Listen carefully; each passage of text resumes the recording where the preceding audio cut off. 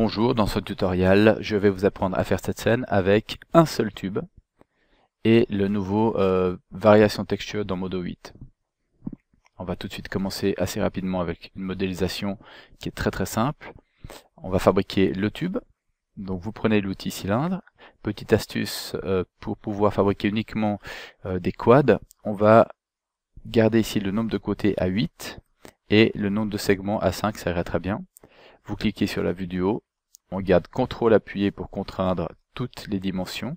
Ça fait que notre cylindre aura la même profondeur et la même largeur. C'est ce qu'on veut quand même, avoir une base de tube ronde. On va laisser ici la place pour le bouchon et avec les poignées de mise à l'échelle, vous allez essayer d'avoir quelque chose d'assez semblable en termes de taille, de proportion. Donc 5 pour les segments, 8 pour les côtés. Quand on est content, on appuie. Vous pouvez vérifier ici d'ailleurs, vous pouvez très bien être sûr que votre tube est positionné sur le 0 en entrant 0 manuellement sur la position X et Z. Hein, y, on la laisse comme elle est. Donc barre d'espace pour poser l'outil. Et puis on va tout de suite régler notre problème ici de N-Gone. Si on désire convertir ça en quad, vous allez faire un bevel. Donc on a sélectionné le polygone du haut, le polygone du bas, B pour bevel. On clique une première fois, pose l'outil. Ensuite, vous cliquez avec le bouton droit sur le polygone sélectionné et vous faites Collapse. Collapse va simplement souder tous les points, toutes les vertices de la forme sélectionnée au centre. Et ici, on vient sur la vue du haut et on va supprimer, parce qu'on n'a que des triangles, on va supprimer 4 triangles ici, enfin 4 edges, 4 arêtes. Vous êtes donc en plein milieu. Comme on a pris depuis la vue du haut, on a sélectionné à la fois en haut et en bas. Et puis, soit vous faites la flèche arrière dans Backspace, soit vous venez sur Edge et puis vous faites Remove. Les deux fonctionnent. Voilà. Donc maintenant, on a 4 carrés ici et 4 carrés en bas. On peut tout désélectionner. Maintenant, ce qui va m'intéresser, c'est de donner une forme de tube. Le tube est un petit peu plus mince à la base et va être évasé et plus large tout en haut. Donc ce qu'on va faire, c'est prendre un fall-off. Petite astuce, plutôt que de prendre le fall-off et puis manuellement d'essayer de le placer, vous allez sélectionner le fall-off linéaire. Sans rien faire, sans cliquer, vous appuyez sur Y pour activer l'outil ici de transformation universelle et automatiquement votre fall-off va venir se placer sur la géométrie. Si j'avais une partie de la géométrie sélectionnée, ça serait cette sélection qui serait prise pour faire tenir le fall-off à l'intérieur de la sélection. En l'occurrence, j'aimerais que je vais agrandir un petit peu avec 0 sur le pavé numérique. J'ai agrandi ma vue, ou avec les deux petites doubles flèches ici. J'aimerais pouvoir inverser ce fall-off. J'aimerais que la partie large soit en haut et la partie la plus fine soit en bas. Donc je vais simplement ici cliquer sur Reverse. Et puis le mode ici, le Shape Preset, j'aimerais un linéaire, mais on va pas le mettre tout de suite, ça va vous permettre de voir la différence. Donc je vais élargir la base de mon tube, et ensuite je peux très bien aller changer sans cliquer nulle part, sans poser l'outil. Je change Shape Preset, hein, j'ai Do, Smooth, Ease In, et linéaire, c'est ce qui m'intéresse. J'aimerais que ça tombe droit depuis la partie la plus large jusqu'à la partie la plus fine de mon tube. Donc barre d'espace, on pose tout ça. Fall off, on l'enlève également, on fait None. 0 pour revenir en mode quad. 4 vues.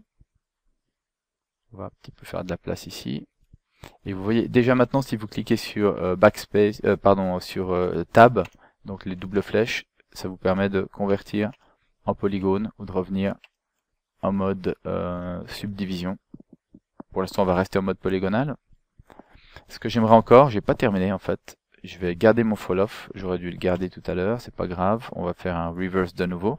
J'aimerais que le côté du tube également vienne se réduire, mais pas en mode linéaire. Donc on va faire exactement comme tout à l'heure. Simplement ici, je suis sur la vue de droite. Je vais avec le petit carré venir mettre à l'échelle mon tube pour qu'il finisse très fin. Et simplement le mode linéaire, je vais le changer en Ease Out, ce qui est la forme que je désire avoir pour mon tube, d'accord. Et on finit ici avec quelque chose de très fin. Voilà, maintenant on peut poser et reposer le fall-off.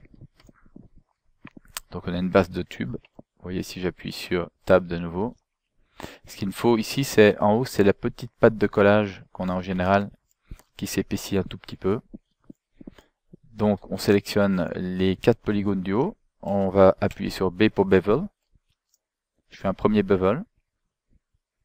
Et j'aimerais, avec la poignée rouge du bevel, je vais travailler uniquement sur l'inset. J'aimerais élargir, si je viens ici, élargir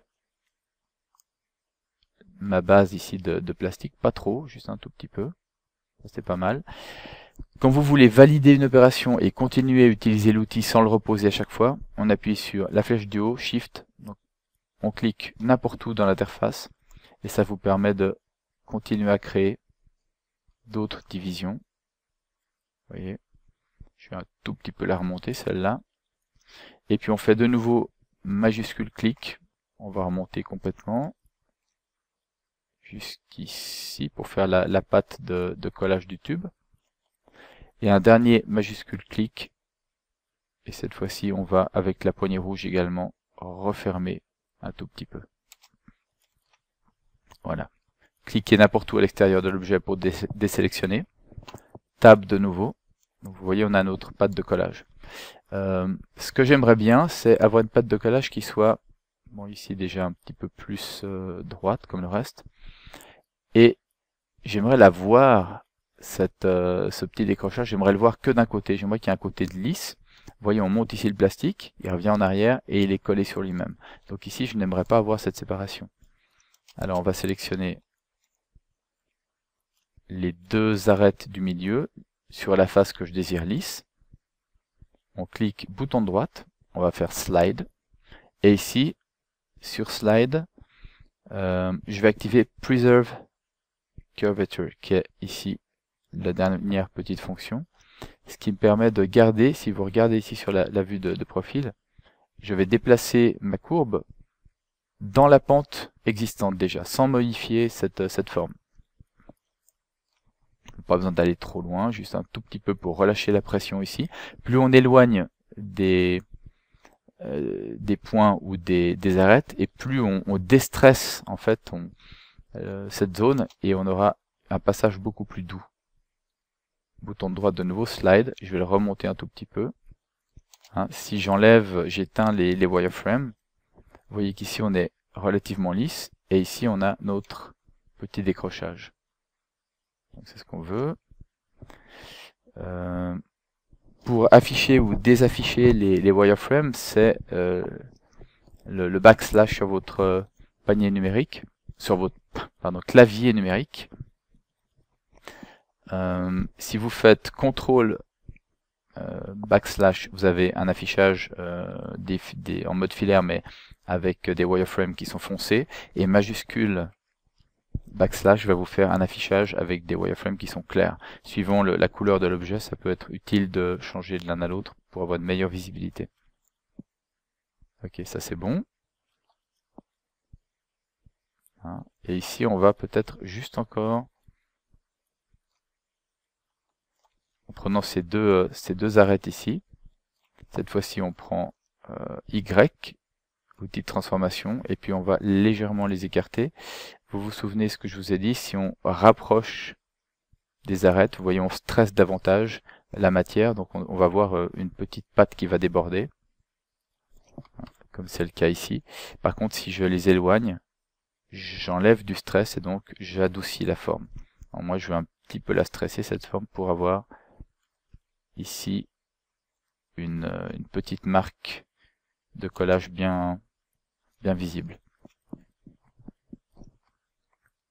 Dernière petite chose, j'aimerais bien ici avoir cette partie du tube qui ressorte beaucoup moins, donc je vais sélectionner mes deux arêtes sur les côtés, mes deux edges, Y, je prends la petite poignée rouge, donc des X, et je vais les ramener. D'accord. Un petit peu à l'intérieur pour avoir quelque chose qui ressemble plus à un tube. Vous pouvez très bien ici également venir ramasser les deux petits points là, et puis éventuellement les les élargir ou les rétrécir, les monter un tout petit peu. Oui, ça dépend de l'effet que vous voulez obtenir. Comme ça, vous avez un résultat qui est plus coupé ici, plus net sur la pâte de collage. Très bien. Retour en affichage quad. Majuscule A permet de zoomer sur la forme. Et j'aimerais finir, on va se remettre en mode polygone, j'aimerais finir ici avec le capuchon, enfin le bouchon. Donc on va sélectionner nos 4 polygones du bas. B pour bevel. Première chose, j'aimerais ici rentrer un peu à l'intérieur. Donc on clique et on va utiliser la poignée rouge. Vous voyez ici, je rentre un petit peu à l'intérieur de ma forme, de manière à avoir ce petit décrochage qui me permettra d'avoir le col ici et ensuite le bouchon, l'impression que le bouchon vient par-dessus. Donc majuscule, on clique une nouvelle fois, on va tout petit peu s'éloigner, ça suffit bien, et majuscule, cliquez encore une fois, poignée rouge, cette fois-ci, on va venir un tout petit peu plus large que la forme du tube, vous voyez. Majuscule, toujours appuyé, on clique à l'extérieur pour valider ce qu'on vient de faire et continuer à utiliser l'outil. Et cette fois-ci, on va descendre jusqu'en bas, jusqu'à la ligne ici des 0. Très bien. Alors, si je refais un tab maintenant pour voir ce qui se passe, effectivement, ça ressemble pas du tout à un bouchon. Pour une raison, c'est que ici, je n'ai pas fait du tout de bevel.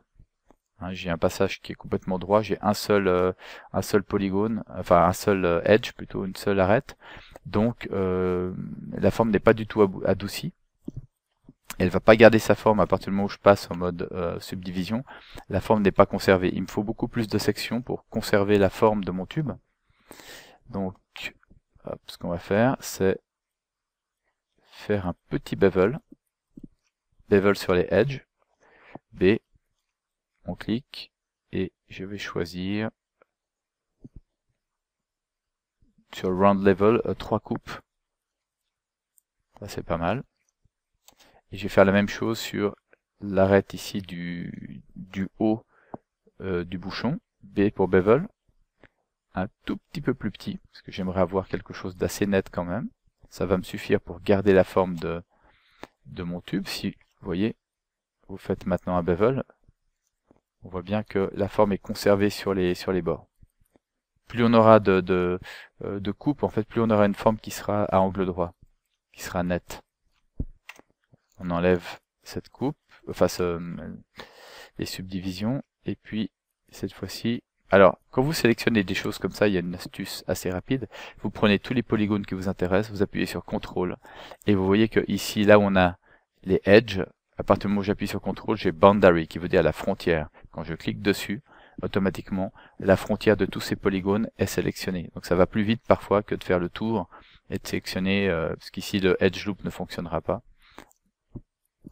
Et ensuite, de nouveau un bevel. Cette fois-ci, je vais zoomer un peu ici, un peu plus important que les autres en termes de taille. J'aimerais que la fin du bouchon vienne de manière très très douce, ici c'est terminé.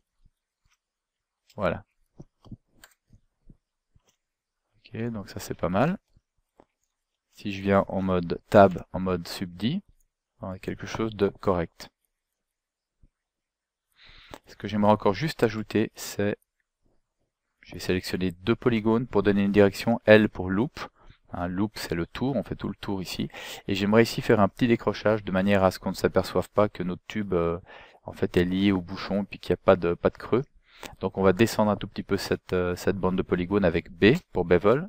On clique une première fois. Vous voyez que ça a validé ici en rajoutant une rangée. On va légèrement refermer la forme. De nouveau majuscule, clic pour bevel. On commence à descendre. Ça nous donne une partie un peu arrondie ici. Majuscule, clic pour bevel. Et cette fois-ci, on va descendre assez bas. De manière à ce qu'on ne voit pas l'accroche du bouchon. Et qu'on ait vraiment l'impression qu'on a affaire à 2 parties complètement séparées.